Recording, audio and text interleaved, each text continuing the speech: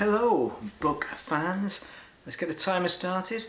I'm going to try and do this review within 20 minutes. Is it possible?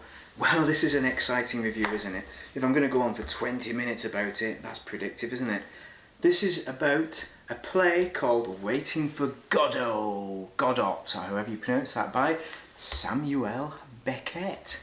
And he's an Irishman, and he was educated at Trinity College Dublin, but he went and lived in Paris, France, and learned French, hung out with French people, World War II, French resistance, all sorts of oppression cracking off there. And this play was released in the 50s, so he's lived a bit of a life, so he has.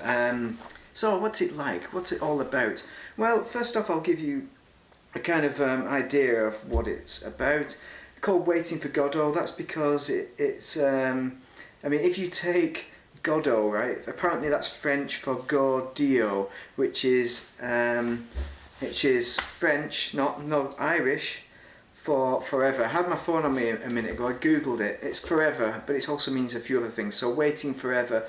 And that kind of encapsulates what it is about. If you think of two characters who go to a bus stop every day and they're waiting for a bus and they don't know where the bus is actually going, and the bus never arrives, but nevertheless they get told, don't worry, it's going to be there tomorrow, and tomorrow seemingly never comes. That's what this book is, essentially. And I would say it's between a 3 and a 4 out of 5 reading experience, because I've not watched the play, I've only read it.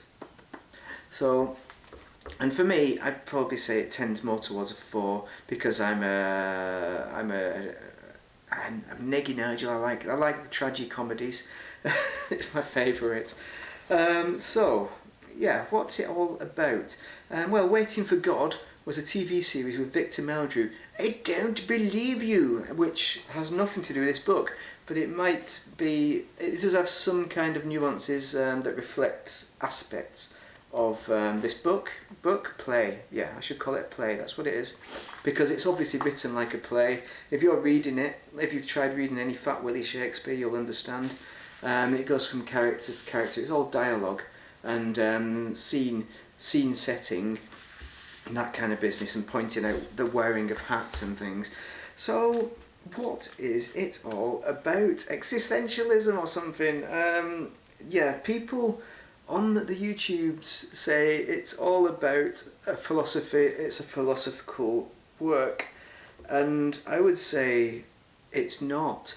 I'd say it's about, it reflects certain elements of philosophy, and it really is just about a play by Sam Beckett, about two characters who are in a kind of terrible situation, but they continue to be in that terrible situation because they believe that is what they should be doing with their lives. And I think a lot of the philosophy was, the idea is that it's all about nothing, isn't it? That it's essentially there's no reason to live. Life is about nothing. Therefore, what's the point? The natural conclusion is suicide, and there are elements to that in this book, but that's not what it's about. It's actually about two characters. It's actually about two characters, really. It's about two characters called Vladimir and Estragon. They're the main ones, and they both suffer in a different way, but they have a relationship which is both beautiful and frustrating for them at times, because they do love each other, but I think the love is as brothers, not as sexual lovers. Although there is some hugging, I don't think it's that kind of hugging. Yeah, so Vladimir and Estragon. I mean, to start off, Vladimir seems like the stronger character, but he really isn't. It's a bit of a mix. They both have their own strengths and weaknesses. Estragon, for example, demonstrates his a lot more than Vladimir, who keeps them to himself. Like, Estragon has his boots that don't fit him, and he takes them off and goes, "Oh, my minging feet," and sniffs his boots, and they smell disgusting because he's got gangrene or something like that.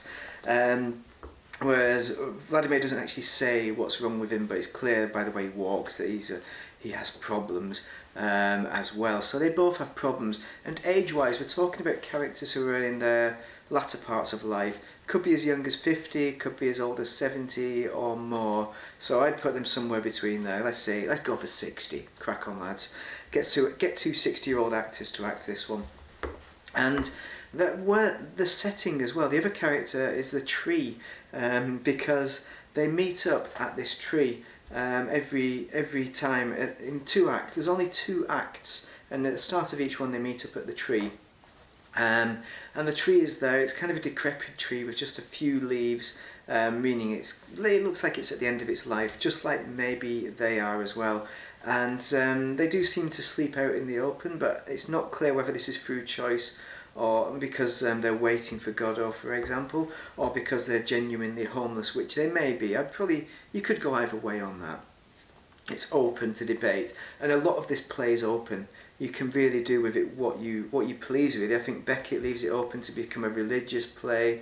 It can become an atheist religious play. It can be anything you want it to be. Hell, you could probably make it Buddhist in any way as well. So it's everything. That's whole religion. I'm just saying religion. You could actually make it a financial play if you wanted to. I think you could do that as well, in a way, as a theme. Anyway, so these two meet up, and they kind of antagonise each other, but they also have warmth for each other and the need for each other. I know that, allegedly, one of the actors, Sam Beckett, one of the actors asked Sam Beckett, "What's the play all about?" And allegedly, Sam Beckett said it's about symbiosis. So the symbiosis, I think, is probably a lot of what I thought it was about. It's character driven. It's a play, isn't it? It's a lot of it's dialogue, and the dialogue is mostly between these two kind of people who seem to be on the outskirts of society, perhaps even rejects of society, and they really bob along nicely together. They almost finish each other's sentence in many ways. They complement each other very well. They have different characters. Like Vladimir seems to be the driving kind of force with the Godot thing of who they're waiting for, whereas Estragon just wants to kind of do his own thing, be left alone. He wants to go to sleep. Maybe he wants to go and annoy people, because it seems that he does annoy people and get beaten up for it. And at least that's the way Vladimir interprets it, and Estragon doesn't disagree. So maybe Estragon does do something, or there is a behaviour from Estragon, or a hobby, maybe his job. Maybe he's a thief, who knows, and he gets beaten up for it. So that's another one of the ailments of Estragon, another one of the sufferings that he has. It's got a bit of a mark on the book. I've not even seen that. I've been reading this. It doesn't take long to read. It's 90 pages. Easy reader. Recommended to read. But it's beautiful, these two characters, and that's the reason I kept on reading. My partner was saying that it was horrible. She read it when she was 18 though, and she said it was terrible, worst thing ever, because it's all about nothing. And I can't disagree with that sentiment. It is about nothing, but then you could also boil down life to saying that's about nothing when it isn't. There's lots of things about life that have content. No, it's not on YouTube though. None of it's on YouTube. Even this. Pointless. I'm pointing to myself as an image on YouTube, not to my actual self. There is a point to this person. There's not a point to this person on YouTube, if that makes sense. Too deep. This isn't deep. It's not deep, and this isn't deep either. Right, so where was I? These two characters, they bump along nicely, and they come across two other characters. So you have Pozo and Lucky. Now Pozo is a landowner, so he has some wealth, and Lucky is his slave, because he's on a lead for a start, quite a long length of rope, and Pozo carries a whip. But he doesn't actually whip him though. He doesn't actually whip him, but Lucky carries the bags of Pozo, so he's kind of oppressed, and he refuses to put the bags down. And Pozo, his own interpretation is because he's going to sell him and get rid of him or something. But I think Pozo just doesn't understand a lot of things. He's a bit of moderate intelligence maybe, but I think he's very arrogant, and self-aggrandizing. He thinks of himself, and it's like he appears as well, and it's almost as if he's doing a favour to Vladimir and Estragon, because they just want their own peace, and these two come and disrupt it. But I think it's a very interesting and welcome disruption in the context of a play, because the way the characters interact is interesting, because although the two characters notice that, he's on a lead and getting, he carries a whip, and he's like, but why? They're like, but why is Lucky doing this? Why is he a slave to this landowner? And it's a strange one. It's a really queer relationship between the two, because it's not clear, although it is clear from the actual ornaments, but Lucky actually has the physical ability to release himself from his slavery. That is possible, but he chooses not to. Now that sounds arrogant. That sounds like if this was like a slavery book, then that would be completely wrong of me to say this. But I'm assuming these are two white characters. I mean, they could be two Spanish. They could be two people from Zimbabwe. They could be from anywhere in the world. I think this is really uniform. It's the kind of troubles that they come across are quite uniform across life in general. But yeah, the element of a lord and an underclass is something that's rife in just about every country. Even the communists, the leaders of the communist regime had capitalist cars and things. So it was the same there. The communism wasn't communism. It wasn't equality. There's always somebody in charge, whether it's for power purposes or whatever. And that's what we have there. We have a power relationship, and we see this in real life as well. Because when I worked in warehousing, we had CEOs and that, and they were on the nose cocaines. I'm not going to name the company. Nice guy, really nice guy. He didn't come across as bad as Pozo actually. He was much more down to earth. Wasn't like Pozo at all. But I can see how you can have people who are like Pozo, who are managers or leaders or whatever. They're not as intelligent as the people they're leading, and I've certainly seen that in that kind of level of work.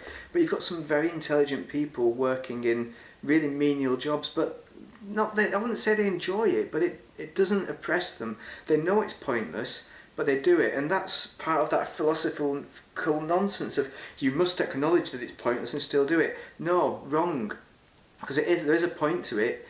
Working gives you money, and then you can pay to survive and live, or you can do nice things like go to the pub, go for a walk, because you've got some walking boots, for example, put a roof over your head, turn the heating on, that kind of thing. So there is a point to life, and I think that's the whole philosophical way is nonsense, of saying that there isn't a point to life. There is, but that's what another thing, that it reflects that idea that life is pointless, but it also has the contrasting thought that life isn't pointless, and that comes from the relationships between Pozo and Lucky, between Estragon and Vladimir. They have they have good relationships. They rely on each other, and it's about symbiosis. It really is. I think that's the one word to take away from this whole YouTube video. If you're writing about this, that is what this play is actually about. How people within really difficult circumstances, the one of master and slave, that's difficult. Even Pozo, I mean, that he's a very good character, because he even recognises his own ridiculousness, that he's the master and this other guy's the slave, and he makes up reasons for it, and reasons for his own wealth, and it's not like he's completely ignorant of the situation, but he also recognises that Lucky isn't leaving, Lucky's still there. And I think if Lucky just took off and walked away, I don't think Pozo would necessarily stop them. He'd just say, well, who's going to carry my bags now? And that's why it's good, but not necessarily a good... I mean, it's hard to tell if it is slavery, and it's modern slavery. It's probably more... I mean, that's slavery, isn't it? Slavery's slavery.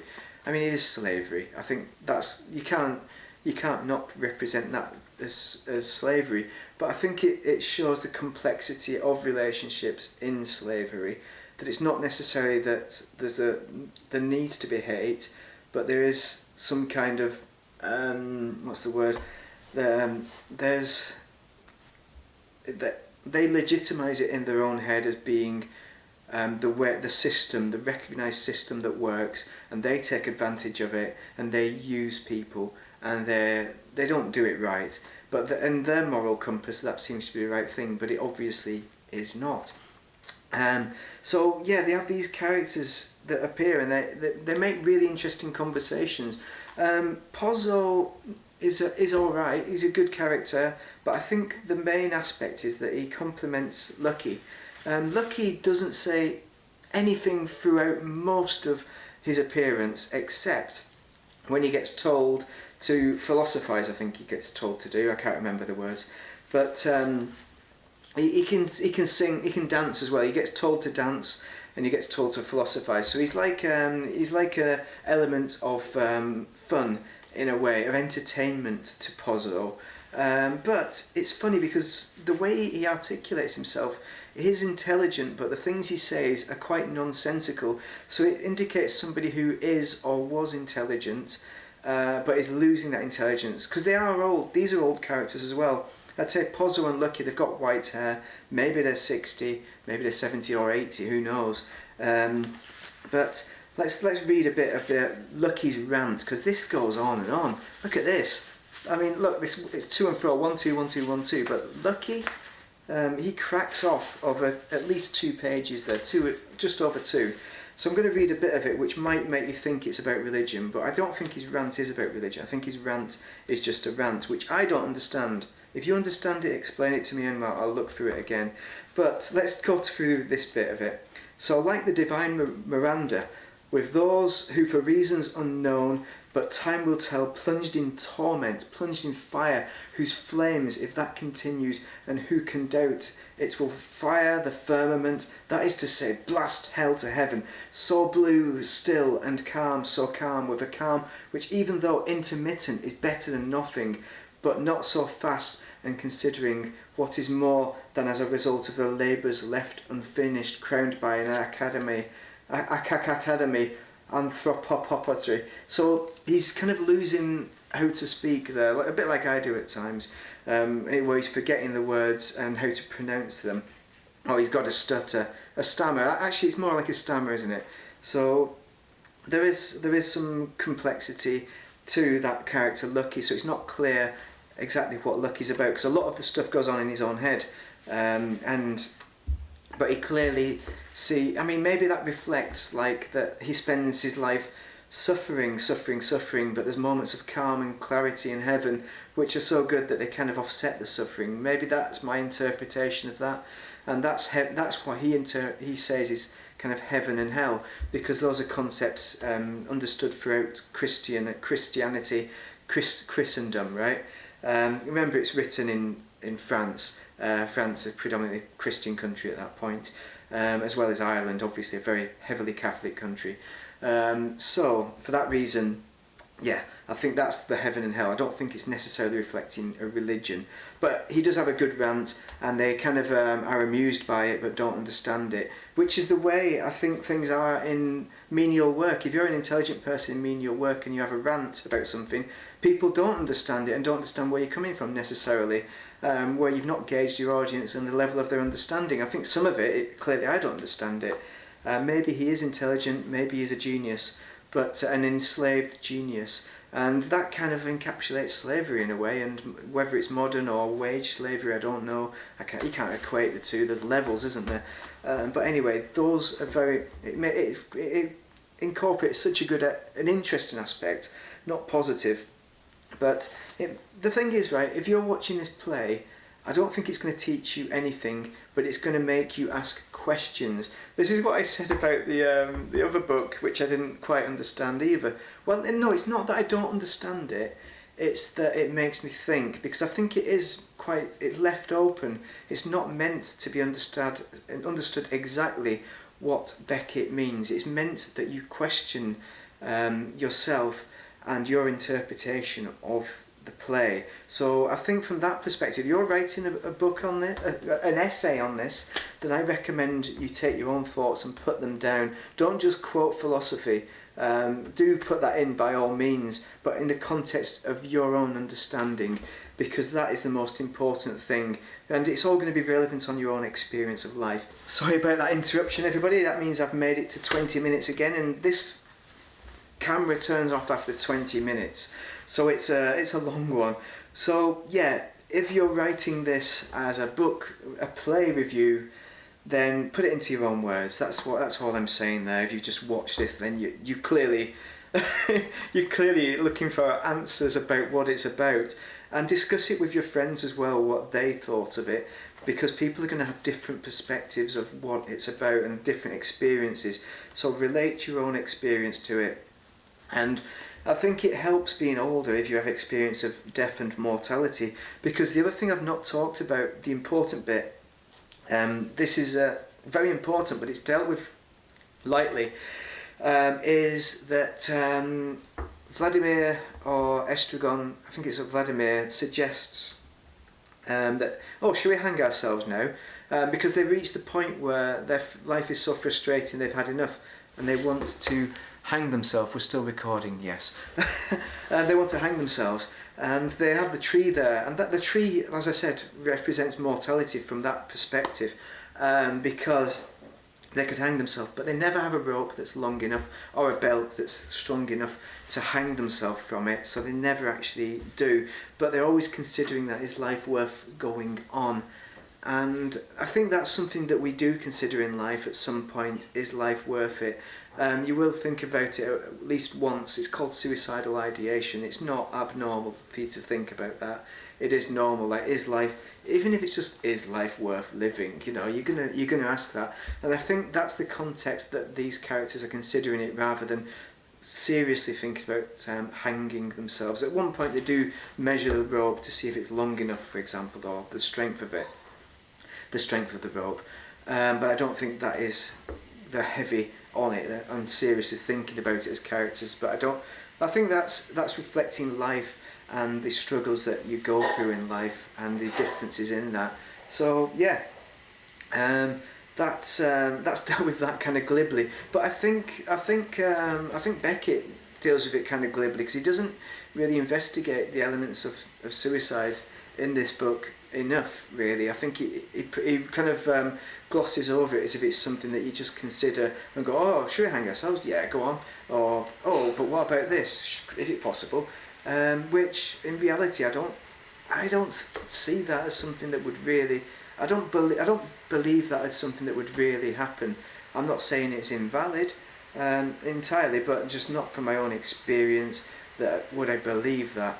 Not that I have a lot of knowledge on suicide. You know, I just have your average person's knowledge and noticing people, friends dying, etc.